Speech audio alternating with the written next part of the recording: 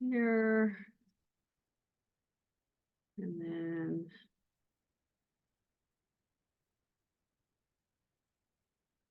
you see my screen okay?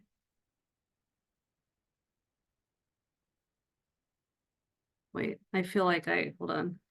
Yes, we Okay. can see your screen. Thank you. Trying to move this little menu thingy out of the way. All right. Well, I went the wrong direction. Hold on. Well, never mind. This is, dang it. Hold on. There we go. Dang it. Okay. We're going to talk about the power of innovation. And this is our last workshop in this series and overall for the Leadership Academy. So I'm excited to end it on this note.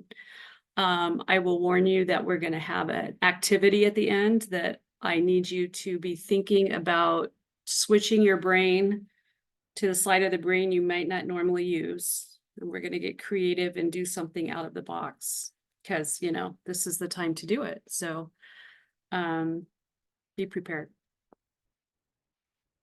What we're going to talk about is just what is innovation. We're going to spend the majority of our time talking about 10 principles of innovation, how we create a culture that fosters innovation and allows for it, how we overcome barriers, and then and the technique is going to be our exercise. We're going to try a single technique just to practice, and then we'll wrap up, okay? So innovation, as you know, means something new, a new idea, a new method, a new approach. And the intent is that innovation will kind of get us thinking in a different way so that we can really act on our dreams and our passions to create a larger social impact. So a lot of this is not framed around Seroptimus necessarily. We're going to talk a lot about innovation in other settings, but in the back of your mind, be thinking about how the principles apply to us as Seroptimists and our clubs. And then when we do our exercise, it will be all about applying these principles to our clubs and our region as a whole. Okay, so let's launch into the 10 principles. It's 10 because you'll know where we are at any point in time. You'll know when we're halfway through and you'll know when we're almost done. Okay, so number one is, I'm going to minimize this, make meaning. So determine when we're talking about innovation or doing something new, determine what's the change we want to have. And this is different than, potentially different than a mission statement, or it probably is more in line with like a vision statement than anything else. So some examples, and I'm going to quiz you a little bit. And I can't see you, so if you want to say something, just yell at me, okay? So the first example is Apple. When Apple first came on the scene, what do you think might have been the reason? What didn't exist in the world that caused Apple to come in and make a difference? Anybody have any ideas? Wait, I want to be able to see you. Individual computers. Yeah, a computer that's easier to use than an IBM. Yeah. Different And software. I still remember the ad when they came in with the, walking in, and they threw the thing to smash that screen or whatever. Yeah. Yeah, so you're hitting on it. So the idea was to bring computers to everyone. Before they existed in offices and everybody didn't have any sort of computer. I don't want to say PC because that tends to be more Windows, but Apple came on the scene to make personal computing accessible to everyone. That was their meaning. That was their reason for coming into existence. Okay, let's try another one. How about Google?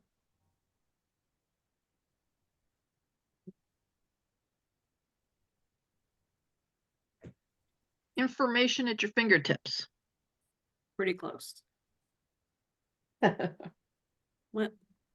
Why my thingy's not working? Bring information to everyone. Right? Get rid of encyclopedias. Yeah, I mean, remember, before Google, we had other search engines. We had Yahoo and Alta Vista, and we had all these things. But Google was a little bit more comprehensive, right? It's kind of so when we talk about innovation, we had search engines already. Then Google came along, and it was just more comprehensive, right? It kind of didn't have a niche for the search engine world. It kind of has everything, and now it's a verb. It's not even a company name anymore. We Google. How about eBay? eBay users? At the time, this was before Amazon became what Amazon became. But at the time, eBay brought commerce to everyone. It was a way online to purchase things without going to a store, and it was accessible to anyone. Again, Amazon sort of changed that, but remember, Amazon started as a bookstore. And then finally, YouTube. There's a theme here. If you can think about what does YouTube bring into this picture? Well, it's bringing content to everyone. So, right, we can all, you can YouTube almost anything, just like you could Google almost anything. You can find a how to do the most obscure, model of a computer or a printer or something, and you can find some 5-year-old, I just did this over the weekend, telling you how to change the ink cartridge in your printer. So it's kind of a lot of things. It's entertainment, but it's also, it's information like Google, but just in a video form. Okay. So these are the things that these companies brought to us that maybe didn't exist. When we think of meaning, they certainly, I don't think anybody would argue that these 4 companies have had a huge impact on how we use technology and how we exist in this world. Like, imagine that there was no Google, or another thing we could put up here is Netflix. It made movies accessible. Certainly that's an organization that evolved. It started with, the discs and everything, but it brought something new to the table. Okay. Number 2, make a mantra. So a 2 to 4 word explanation of your meaning. Why do you exist? And this is different than a mission statement, which can be long. So if we think of our Seroptimus mission statement, like, we all have it memorized, I know. And it's fairly succinct, but it's certainly more than 2 to 4 words. So some examples. This is a little bit of a quiz again. Nike. I know what you're all going to say. What would be a mantra, you think, for Nike? Just do it. That's a good guess, but that's not right. So that's what I would have said too. So Nike really, it's their slogan, right? Just do it. Their mantra, like, the reason that they want to do is authentic athletic performance. This is what they say. They want to be known as dependable. If you're playing a sport of any kind, you can get a Nike product that will make, be the best product for basketball, for tennis, whatever. How about FedEx?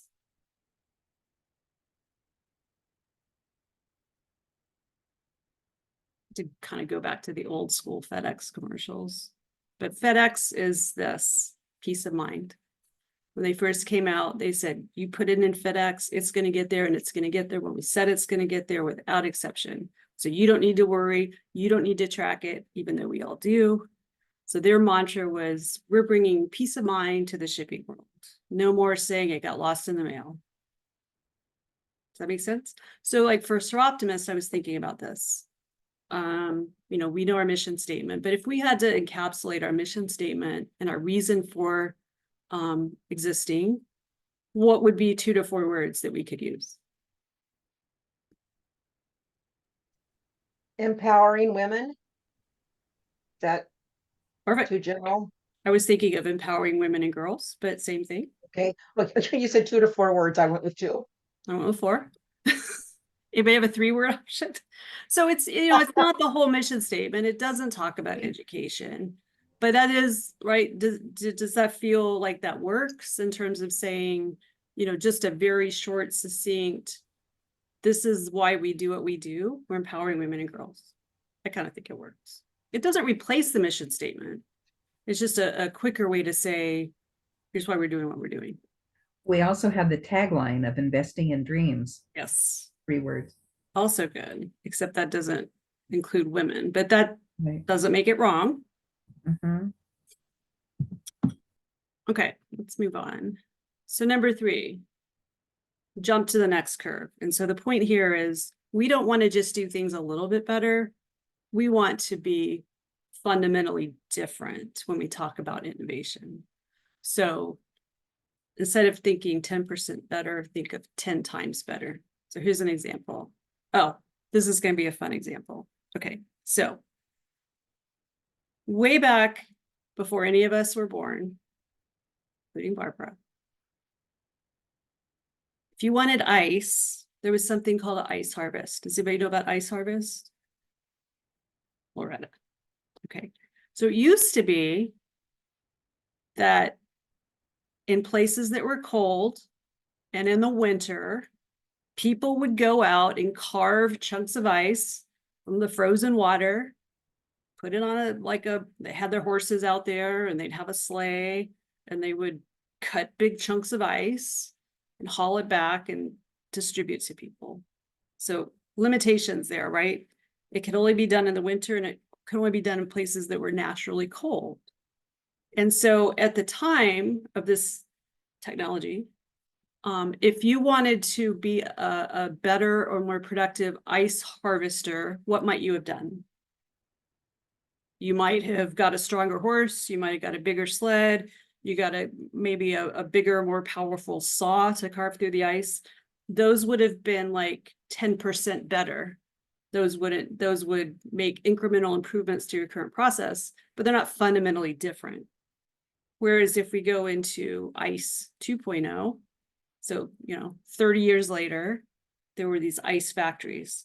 So big warehouses where people would make ice and then cut it up and send it out with the Iceman.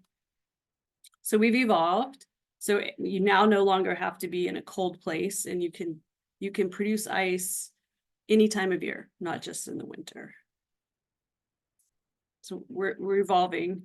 But what would you do to change the ice factory, like to make it really innovative? It's not a lot you could do. Maybe you could, I don't know, you could probably change, the production process slightly, but it wouldn't be fundamental. You still, as a individual family living in a home, you're still waiting for somebody to deliver ice to your door.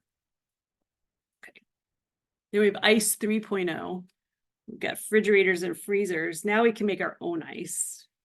And so that's certainly evolved and is a wholly different. Now, does ice harvesting happen anymore? Does it need to happen anymore? No, because we can make our own. Does an ice factory? Maybe, because maybe everybody doesn't have a refrigerator, freezer. And so the point kind of here is you want to define yourself by what you provide, not by what you do. And by this, I mean, if I said, my reason for being is to harvest ice, that's kind of all I can do. I don't ever get to 2.0 or 3.0 because I'm saying what I do is I cut ice blocks out of the frozen lake. Whereas if I said, my purpose is to bring ice to your home, then any of these 3 approaches to it will work, right? Does that make sense? Okay. So you can see that like making incremental improvements, like 10% better to how we carve ice out versus a whole new technology that allows us to make our own ice, that's innovation. Okay, number 4, roll the dice. This is going to be an acronym, just warning you now. So we talk about innovation, we talk about depth. And so depth is, are we offering something that is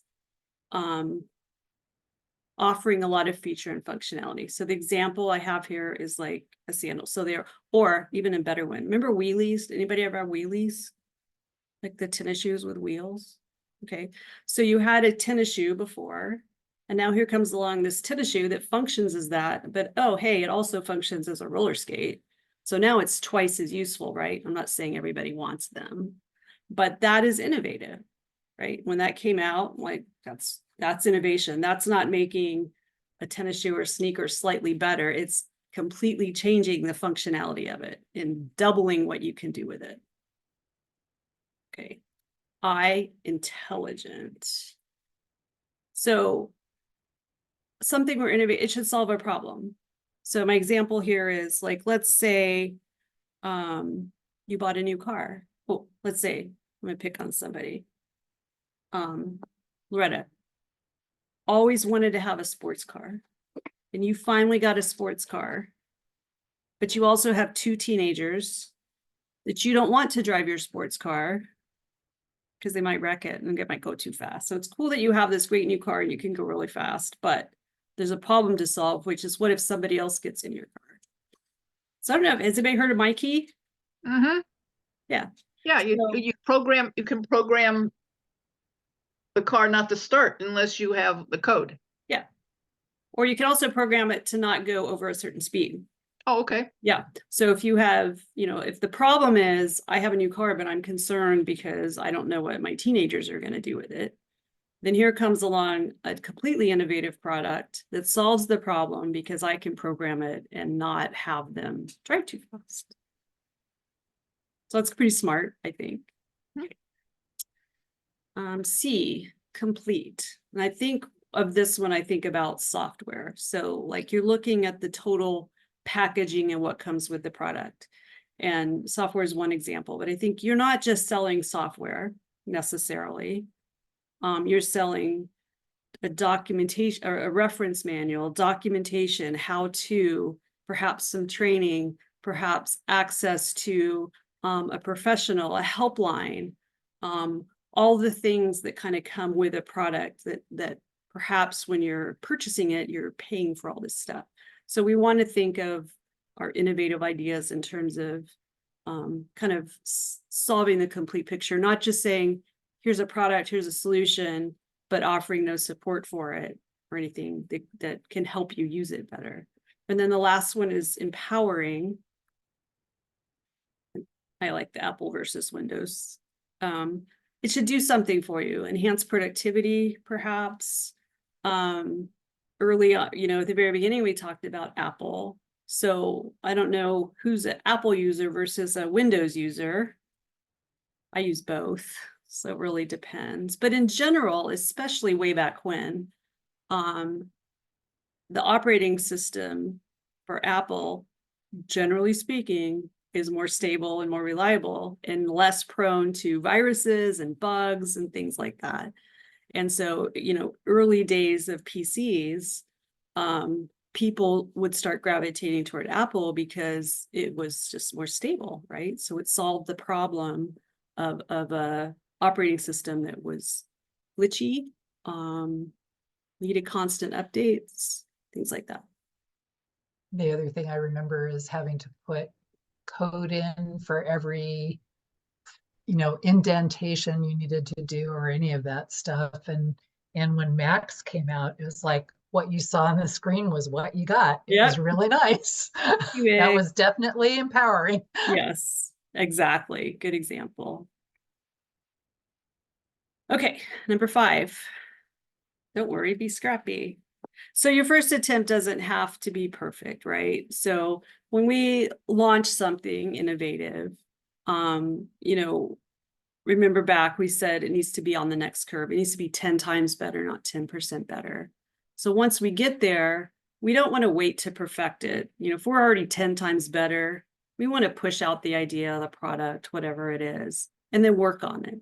Because getting something out that's 10 times better and already kind of the next evolution of something or solves a problem that wasn't solved before, be eager to get that out. And then we start tweaking it and perfecting it. And that's why you have version 1, 2, 3, 4, 5, in terms of software, we know that we have multiple versions of things because we're fixing bugs, right? We're fixing things that went wrong, but we've got it out, we've got it in people's hands, and then we can tweak it. Number 6, let 100 flowers blossom. This is like some saying from some wise person, not me. But in terms of how it applies here, when we put out something completely new, we can expect that people might use our product or idea in a way that we didn't anticipate. Okay, so example of this, we're back to the Macintosh. This comes up a lot.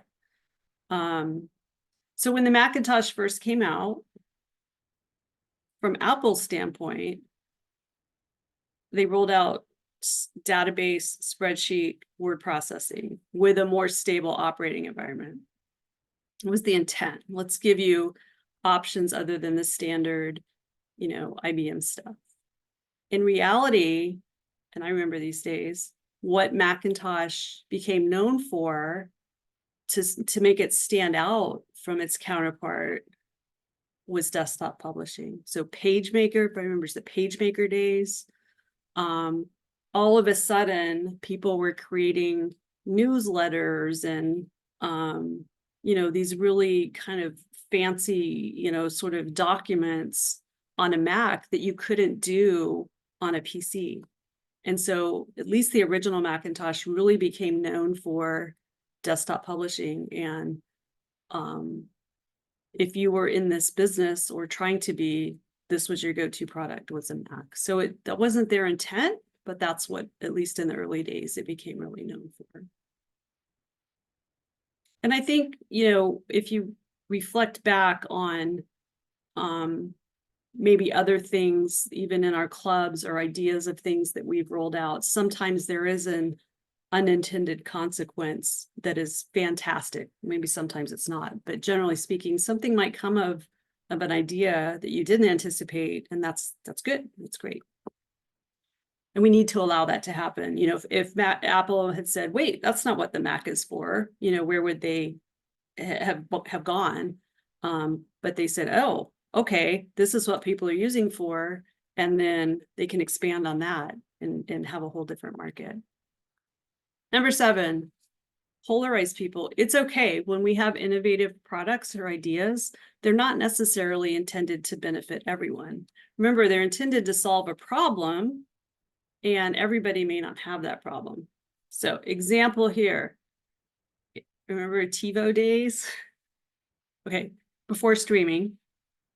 And TiVo is, right, recording shows and then watching them back later. Okay, who benefits from a product like TiVo?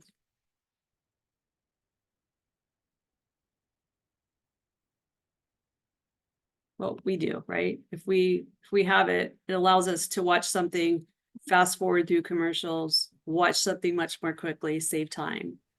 Who's it bad for? Commercial people.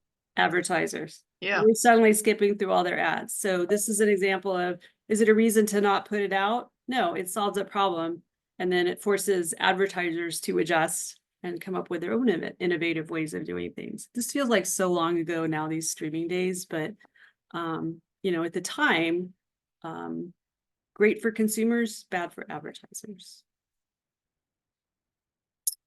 Number 8, churn, churn, churn. So as soon as a product is out in the public, we've done the work, we've come up with a great idea, then it's time to step back and listen and learn, adjust, improve.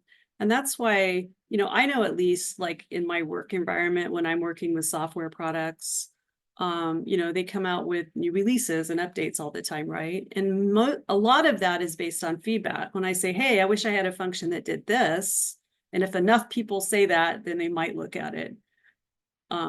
If it's only one person, probably not. But constant adjustments based on feedback on people that are using what we're providing. This is my favorite. Niche thyself. Okay, so we want to find something that is both unique and valuable. So if we're going out into the market, here are options. It's a grid, right? A quadrant. So over in this side, we have high on the value side, low on the unique side. So things in this category might be like, in today's world, it might be like laptops, right? there are 1,000 different models of laptops out there. They basically do the same thing. So people are competing on price, right? They're trying to get the lowest price. So there's value, but not necessarily anything unique about it. So go one quadrant over to low value, low unique. I put the dog bones here because this is things like if I, wanted to order my dog food online instead of go and buy it at the store. There are many options for this. There's, every major, pet retailer, Amazon, Chewy, multiple places I could shop online for my dog food. They're not unique. They don't necessarily add value. I mean, the value to me would be, I'm not hauling a bag of dog food up 24 flights of stairs. But for most people, it's not that much of a differentiator. Okay, COVID different, but generally speaking, this isn't something that is necessarily innovative. It might be convenient, but doesn't really do much more than that. Okay, then in this next quadrant, it's a product that is vastly unique, but provides no value. Does anybody think of anything like that? Like we see gadgets and things like this all the time. This is not where we want to spend our energy. We could have something super unique and it looks fun, but if it adds no value, if it provides no meaning, if it solves no problem, it's kind of just a waste of our time and effort, right? So where we want to live is over here in we're very unique, plus we add a lot of value. So this is where the, kind of all the ideas and innovative things come in, because the other three aren't really innovative. They're different ways to compete and do things. But to really be innovative, you have to be in this quadrant where you're both unique and adding value. Make sense? I like the clown. He's being cute. Okay.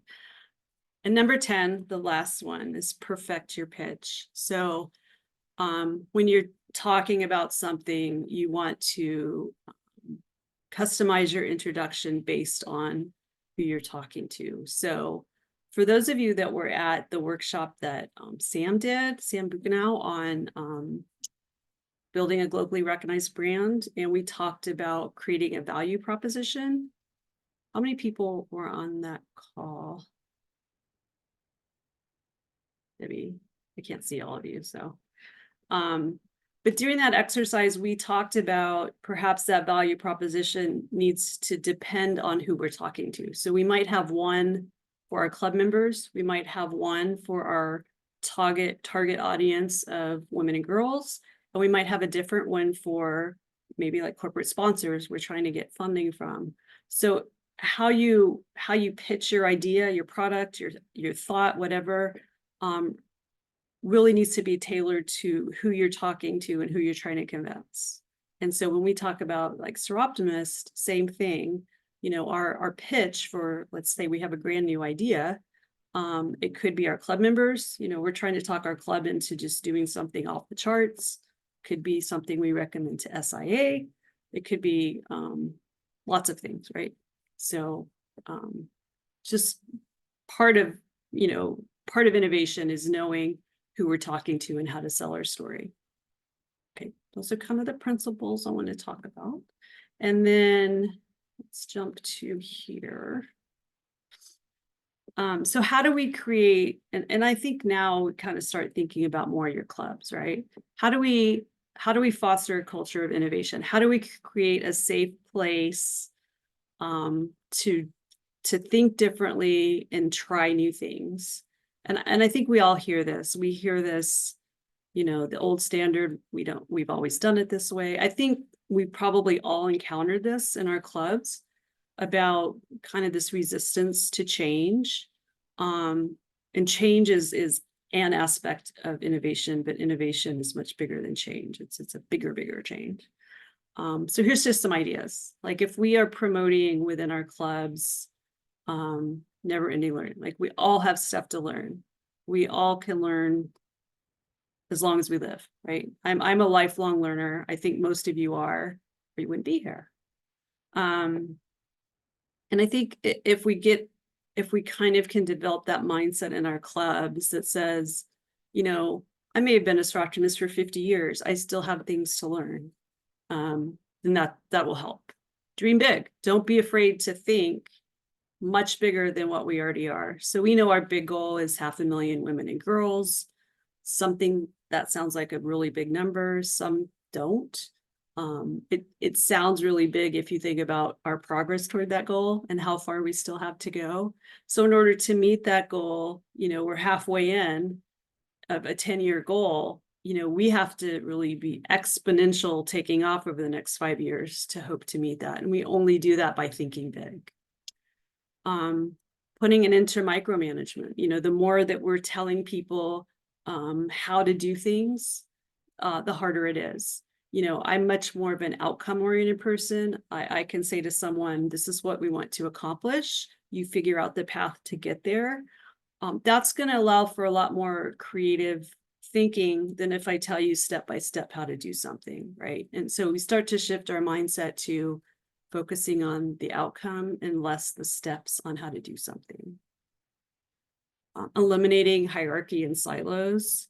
This is probably a bigger like work environment issue than it is in our clubs, but it exists in our clubs, right? We have a hierarchy of a board structure. We have a hierarchy of, you know, long-term versus newer members. There are all kinds of hierarchies that could exist. But as long as we have those, it doesn't kind of open up the environment for everybody to think differently.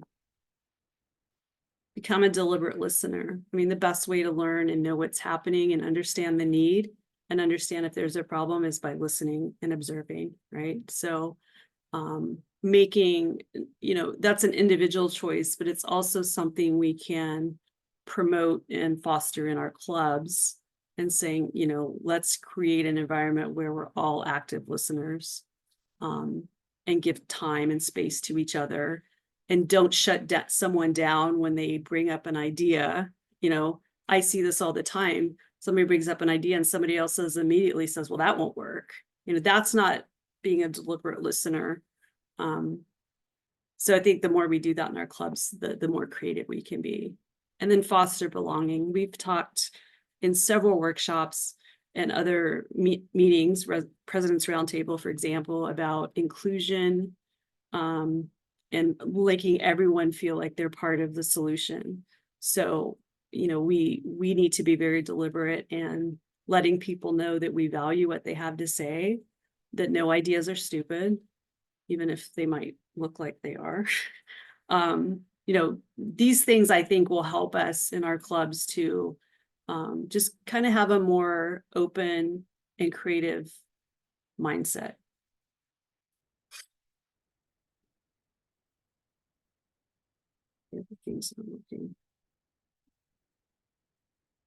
Sometimes my error works and sometimes it doesn't really. Okay. Overcoming barriers. What are some barriers you think to innovative thinking?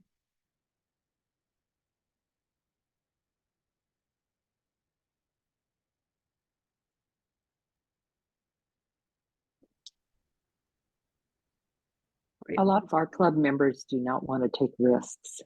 They don't, they're afraid to step out. Okay, fear.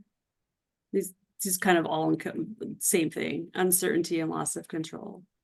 So, you know, it's easy in our clubs because what we're doing works for the most part, right? Why change it? If it's broken, don't change it, right? And to some degree, I buy into that, but to some degree, like if the Apples and the Nikes and of all these organizations that are truly innovative never acted because what they had worked, eventually the rest of the world will leave them behind. So has anyone seen, this just came to my mind, the documentary on BlackBerry? Remember BlackBerry when it first came out? That was innovative at the time, right? There's this really interesting documentary about why they got left behind in the world of smartphones. They didn't evolve. They decided, this is what we do. We're not changing it. This is what we do. And now like nobody talks about BlackBerry anymore. So they've failed to evolve and that's what, that's where we'll end up if we're not willing to think differently, right? So the answer to how you overcome it, talk about it, I think. Like if someone brings an idea and it starts to get shut down and we sort of feel like we're venturing into the unknown, like Linda says, the best thing you can talk about is talk about it, say, look, I know this might not work. I know this might be an outlandish idea. I'm putting it out there and I'm saying I want to try it anyway, but I'm acknowledging that I might be losing control, or I might be venturing into something that's not going to work, or it might be, whatever, name any kind of reason. I think the best thing we can do in these situations is acknowledge them and talk about them and say, often people will introduce an idea and say, this might sound crazy, but what if we tried this? That's a good way to do it, because you're at least acknowledging, this might be an outlandish thought. It makes it, I think it's a simple thing to say that kind of opens up, the first person that says, you're right, that's a stupid idea. That's not the right way to go. And people do that, right? But at least you're acknowledging that you're kind of stepping out and taking a risk and introducing something new. And I think that's the safest way to work through it, and acknowledge, hey, I'm afraid this might not work, but if it does, think about how impactful it might be. And is that risk of having high impact, high reward worth the little amount of fear that goes with it? You decide, that's a constant decision point. All righty. We're going to launch into an exercise. Now, I was going to do breakout rooms, but how many people do we have? We have 9. We have 10 with you. Okay, I don't count. So 9. You do count. I have to stay behind. I can't go into a breakout room. So I think I'm trying to decide if I should do 2 or 3. I'm gonna do 3 rooms of 3. This is gonna be completely random. Okay, 1. It's gonna be somewhat alphabetical.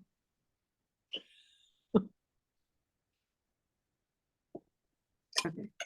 Now, I'm not gonna open them yet, but the 2 questions, which I will figure out how to get to you. The 2 questions are, now I forgot. How can your club improve member engagement? And how can you make sure your communities know who we are? Okay, and I'll remind you of those. Say it again. Say the questions again. How can your club improve member engagement? And how can your communities, whatever community you're in, how can we help them understand who we are and why we are? Does that make sense? Okay, here's the catch. Here's the fun part. You all are going to come at this from a different angle than you're normally used to. I'm going to give you an occupation, and I want you to think like you're this occupation as you answer these questions. Okay? I'm just going to go across the screen in the order I see. So Barbara, you are an airline pilot. Loretta, you are a talk show host. Beth, you are a bartender. Cheryl, you are a private investigator. Debbie, you are a weather forecaster. I lost Marnie. Linda, you are a police officer. Jan, you are a receptionist. And Gail, you are a farmer. Everybody got their assignment? All right. I'll give you like 10 minutes or so. And I will try to type out the questions for you so you can remember them. Okay? Go into your room.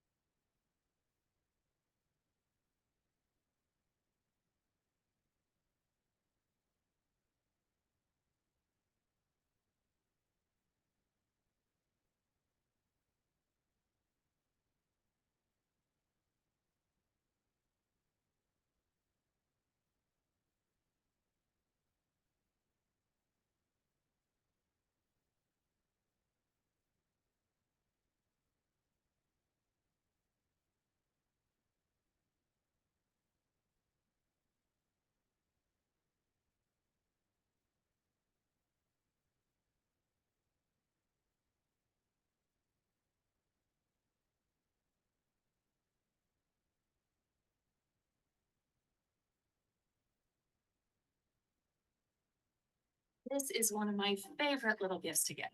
It looks